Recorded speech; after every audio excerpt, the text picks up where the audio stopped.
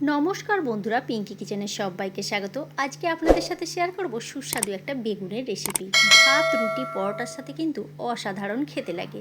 তা বেগুনের এই রেসিপিটা আপনারাই নামটা ঠিক করবেন, এটা কি নাম দেওয়া যেতে পারে। তাহলে ভিডিওটা আর দেরি না করে শুরু করা যাক। ভিডিওটা সম্পূর্ণ দেখার অনুরোধ রইল বন্ধুরা। প্রথমেই আমি এখানে 3 পিস বেগুন নিয়ে নিয়েছি। বেগুনটা ধুয়ে পরিষ্কার করে একটা প্লেটের মধ্যে রেখে দিয়েছি। বেগুনটা কিন্তু বোঁটা সহই নিয়েছি। এই বেগুনটার বোঁটাটা ছেড়ে গেছে। এবারে বেগুনটাকে আমি একটা ছুরির সাহায্যে কেটে নিচ্ছি। যেহেতু আমি ছুরিতে কাটি না, আমার একটু অসুবিধা হচ্ছে, আমি বঁটির সাহায্যে কাটি। তা ছুরিতে আমি দেখুন কেটে নিয়েছি। আর একটা বেগুনের সাইডটা একটু খারাপ আছে, সেটাকে আমি ছুরি দিয়ে কেটে সাইজ করে ফেলে দিলাম। বেগুনগুলো সবার প্রথমে আমি একটু নুন মাখিয়ে নিচ্ছি। বেগুনে নুনটা মাখিয়ে রাখলে কী হবে, বেগুনটা খুব নরম হয়ে যাবে তাড়াতাড়ি, আর তেলটাও কিন্তু এখানে খুবই কম লাগে। হাত দিয়ে খুব ভালো করে আমি বেগুনে নুনটা মাখিয়ে নিয়ে প্লেটটা সাইডে রেখে দিলাম। এবারে মশলাগুলোকে আমি রেডি করে নেব। তা কী কী মশলা নিয়েছি সেগুলো আপনাদেরকে দেখিয়ে দিচ্ছি। নিয়েছি আদা বাটা, রসুন বাটা আর একটা বড় সাইজের পেঁয়াজকে বেটে রেখেছি। সমস্তটাই আমি কিন্তু শিলে বেটেছি। আর নিয়ে নিয়েছি 2 চামচ মতো টক দই।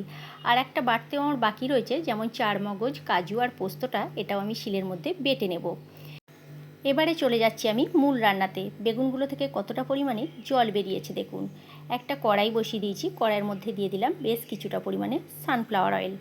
সানফ্লাওয়ার অয়েলটা গরম করে নিয়ে দিয়ে দিলাম বেগুনগুলো দিয়ে খুব ভালো করে লাল লাল করে একটু ভেজে নিতে হবে। বেগুনগুলো লালচে করে ভেজে নিয়ে আমি একটা পাত্রে তুলে নিলাম। এবারে ওই তেলের মধ্যেই দিয়ে দিলাম গোটা গরম মশলা ফোড়নে। ফোড়নটা কয়েক সেকেন্ডের জন্য নাড়াচাড়া করে দিয়ে দিলাম 1/2 চামচ মতো রসুন বাটা। রসুনটা ভেজে নিয়ে দিয়ে দিলাম পেঁয়াজ বাটাটাও। পেঁয়াজ আর রসুন 1 মিনিটের মতো নাড়াচাড়া করে ভেজে নিয়ে দিয়ে দিলাম ছোটো চামচের 1 চামচ আদা বাটা। আদাটাও এর সাথে আমি নাড়াচাড়া করে ভেজে নিলাম, যাতে করে কাঁচা গন্ধটা চলে যায়।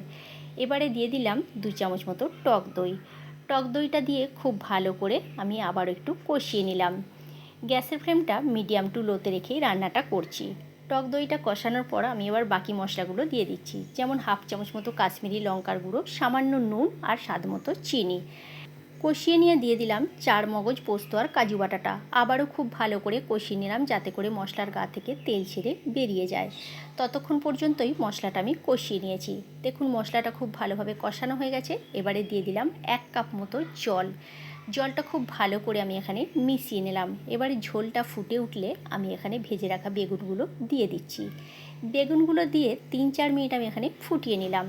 ফুটিয়ে নিয়ে রান্নাটা কিন্তু আমার হয়ে এসেছে। এবার নামাবার সময় দিয়ে দিচ্ছি 1/2 চামচ গরম মশলার গুঁড়ো আর দিয়ে দিলাম 2টো চেরা কাঁচা লঙ্কা। খুব ভালো করে মিশিয়ে নিয়ে এবারে কিছুক্ষণ স্ট্যান্ডিং টাইম এটাকে রেখে দেবো, ফ্লেম অফ করে দিয়ে। তারপরে এটা প্লেটে পরিবেশন করে দেব।